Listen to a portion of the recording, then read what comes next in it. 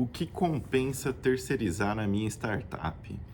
Bom, pessoal, nesse vídeo a gente vai falar um pouquinho sobre terceirização de modo geral, porque isso é um negócio que pode ser assim, deal breaker para a startup quando vai captar investimento, quando vai atrair um time, um potencial talento, ou muitas vezes você acha que terceirizando vai te ajudar e vai ser um tiro no pé e vai ser muito pior também. Então, nesse vídeo a gente vai falar um pouquinho sobre terceirização, os principais aspectos ali da sua startup, onde você tem que focar, o que compensa ou não também. É muito relativo, porque vai depender do seu mercado, do seu background, do que você tem de competência, do que você tem de recurso também, né? Mas considerando que as principais áreas de uma startup ali, você tem toda a parte de clientes, que pode envolver growth, marketing, sales, vendas e etc. Toda a parte ali de produto, que vai ter tecnologia, UX, design, os engenheiros de software e tudo mais.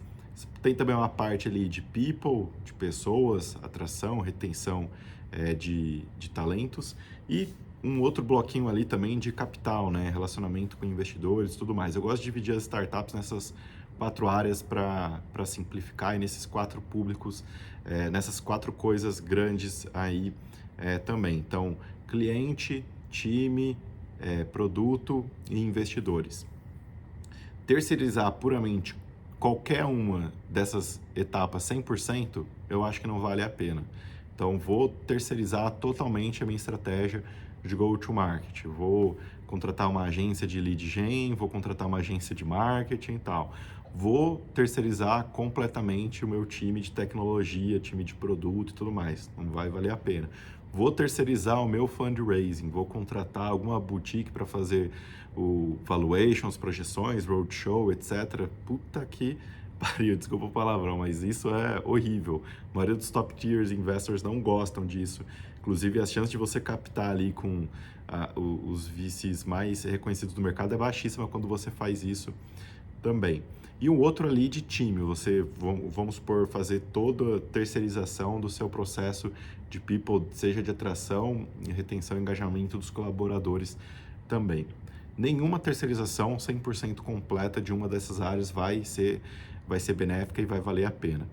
Mas você dentro desses aspectos, você fazer terceirizações dentro de algo maior, aí sim eu acho que vale a pena se você tiver recursos, se você tiver tempo e se você tiver condições de acompanhar. É muito complicado você terceirizar alguma coisa que minimamente você não sabe o primeiro nível estratégico daquilo, ou você não tem clareza também, porque vai ser difícil você gerenciar esse fornecedor, vou tratar com ele, negociar, acompanhar, medir a entrega, dar feedback e tudo mais. Então, antes de terceirizar qualquer coisa, o ideal é que você, pelo menos, tente fazer um pouquinho por você, para aprender na prática ali o que você sofreu e tentar algumas coisas. Chamar algum mentor, algum advisor ali para acompanhar, ajudar no processo. Pegar double check de clientes ali, quando você vai terceirizar alguma coisa, de qualquer agência ou qualquer empresa. É sempre legal conversar com clientes deles atuais, pegar referências, prós, contras e analisar mais de uma opção, né? Pelo menos umas duas ou três para você ter comparação, aí eu acho que fica legal também. Mas o que vale a pena então você terceirizar? Acho que vale a pena terceirizar aquilo que vai te dar mais tempo, vai te levar um pouquinho mais longe e vai compensar o esforço e o resultado ali que você vai ganhar com aquilo também. Então vamos um pouquinho em cada um desses aspectos para a gente falar, né? Tem toda uma parte assim administrativa, financeira para startup, o back-office da coisa, que eu vejo que muitas vezes pode ser saudável você terceirizar, com certeza, usar alguma startup como, por exemplo, a B-Hub, que faz meio que um CFO as a Service. Isso eu acho que é legal porque são atividades de não alto valor agregado no early stage ali de uma startup. Isso vai ser uma vantagem competitiva lá na frente, mas no começo, se um dos founders não tivesse background, é uma terceirização super inteligente também. Muitas vezes você está no momento ali de fechar algumas posições estratégicas, sua startup está dobrando, triplicando ano após ano, e aí você não está dando conta de atrair os talentos que você precisa com a senioridade, com as skills, com o perfil. Então, você terceirizar alguma etapa desse seu processo de hiring, eu acho que pode valer a pena também, pode ser bacana, apesar de ele ser muito caro muitas vezes, mas se você tiver condições, eu acho que vale para algumas posições que são chave, mas tudo que você for terceirizar, é legal você pensar que um dia você vai ter que ter aquela competência internalizada dentro de casa. Então, a médio e longo prazo, você já tem que começar a procurar opções e possíveis candidatos para aquilo também. Outro aspecto que talvez pode ser legal, vamos supor que você está entrando em um novo mercado, e aí você não tem competência comercial naquele mercado local, naquela cultura, naquelas características. Então, aí sim, eu vejo que vale a pena você terceirizar, por exemplo, o lead gen, o time comercial, para aquele novo mercado em específico. Aí eu acho que você vai ter algum tipo de vantagem competitiva também. Vamos supor que você também está criando um novo produto, você já tem um portfólio consolidado, depois de 4 ou 5 anos de empresa, captou agora um Series A, um Series B, e vai criar alguma feature nova muito relevante, um produto novo, complementar, adjacente, e aí o seu time já está muito ocupado ali nas coisas atuais. Eu vejo que vale a pena sim você terceirizar alguma etapa daquele produto, mas eu não contrataria uma software house porque o processo tende a ser muito ruim. Contrataria como, por exemplo, uma Bossa Box da vida, que é a reinvenção da software house, né? Um outsourcing ali do time completo de produto também. Ou se você for terceirizar, pensa em alguma das pontas ali do product management da coisa em si, né? Você tem a parte de design e UX, que muitas vezes pode ser legal você contratar uma ou outra consultoria para melhorar algum fluxo, validar alguma coisa. Você tem a parte ali um pouco mais de negócio, que é um pouco intangível e difícil você terceirizar isso, não atuarei aí, mas para alguma demanda tech, alguma coisa que vai surgir, tem algum grande débito técnico, alguma grande mudança relevante que a gente está sofrendo e tal, talvez alguma software house nesse problema tech em específico, ok, a Bossa Box é legal porque, enfim, junta os três, o melhor dos 3 mundos aí também. Então, esse tipo de terceirização mais específica, ok, acho que está valendo também. Indo um pouquinho agora, por exemplo, ali para clientes, o growth, a gente já falou quando você expande para um novo mercado. Eu acho que dentro de uma etapa do seu go-to-market, talvez você pode fazer uma ou outra terceirização também. Então, vou terceirizar agora que eu já tenho uma grana boa, estou entrando aqui num Series A, o negócio está terminando de validar, contratar uma agência de PR, beleza. Antes disso, do Series A, eu acho que não vale contratar agência de PR nenhuma. O próprio founder pode tocar isso. Tem até um outro vídeo aqui no meu canal só sobre networking, imprensa para os founders também. Então, até então não vale.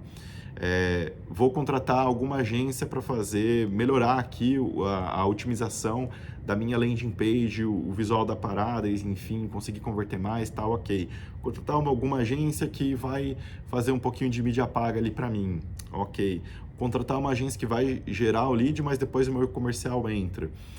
Acho que isso vale, isso é bacana, quando existe uma terceirização dentro de uma estratégia maior, dentro de alguma coisa que de fato é relevante também. Então, nesses casos, nesse aspecto, eu olharia com um pouco mais de carinho, acho que não tem problema nenhum você terceirizar, mas sempre pensando que você precisa ter aquela competência dentro de casa a curto e médio prazo também, a longo e médio prazo também, né? Quer dizer, não tenho editor para os meus vídeos, então os erros, você tem que escutar o erro como ele é mesmo. Vamos agora um pouquinho falar sobre o fundraising, né? O fundraising é uma competência core que você como empreendedor precisa ter. Então, jamais terceirizaria o processo de captar investimento em relação com os investidores. O que eu vejo que vale terceirizar, que tem alto valor agregado, às vezes você contratar um freelancer, um designer, que vai fazer o seu pitch deck ficar 10 vezes mais bonito. Acho que isso é legal, porque como tem uma competição tão grande, vai gerar um valor certo agregado. Só que não pode ser aqueles designers, aqueles freelas, aquelas agências que tornam a apresentação muito falsa, fica muito intangível, fica coisa, não sei explicar direito, assim, você percebe que não foi a pessoa que fez aquilo. Então tem que tomar um pouquinho de cuidado também, né, com isso. Às vezes você não tem um background financeiro muito grande, está querendo contratar alguma assessoria financeira para fazer uma projeção de fluxo de caixa, pensar em alguns métodos para calcular o seu valuation, por mais que os bons investidores já têm os seus parâmetros e no mercado você consegue se comparar, e eu acho que o jeito de valuation mais fácil para você definir a necessidade de capital que você está precisando para 2, 3 anos, o que está acontecendo de rodada em média e até quanto que o mercado está ali disposto a pagar.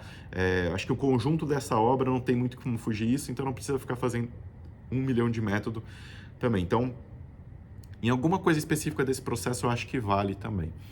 E voltando um pouquinho naquele assunto de people, tem um aspecto que pode ser legal, você contratar às vezes alguma assessoria, alguma consultoria, para tentar criar algum guia de cultura melhor para sua empresa, rodar algumas atividades de team building. Aí eu acho que é válido essas assessorias, consultorias de forma geral, dependendo do ticket, se você tiver condições, trazer, mas você vai precisar daquilo também. Então acho que você pode terceirizar um aspecto, um elemento de quase todas essas frentes. O importante é não terceirizar tudo, o importante é que a terceirização esteja dentro da estratégia e que você tenha o objetivo de ter alguém que vai tocar aquilo 100% também a médio e longo prazo. Então essas são as minhas considerações sobre terceirização ou não para startup. Por que que não vale terceirizar? Porque quando você contrata alguém, prestador de serviço, você entra na fila dele e aquilo muitas vezes não vai ser a prioridade, não tem como garantir a qualidade do serviço e você perde o diferencial competitivo, né? O importante é você ter uma organização que construa aquilo dentro dela também, que consiga a longo prazo ter essa grande vantagem competitiva de gerar aprendizagem organizacional também. Então, por isso que você tem que tomar muito cuidado no que vai terceirizar. Resumo da obra, não terceiriza tudo. Alguma etapa do processo dentro de uma estratégia e com foco de que a médio e longo prazo você vai precisar de alguém que tenha aquela competência dentro de casa. Se você gostou desse vídeo, dá uma força aí pra gente, manda para alguém que pode se beneficiar dele também, curte, compartilha, comenta, tamo junto, é nóis e continue aí acompanhando meu canal.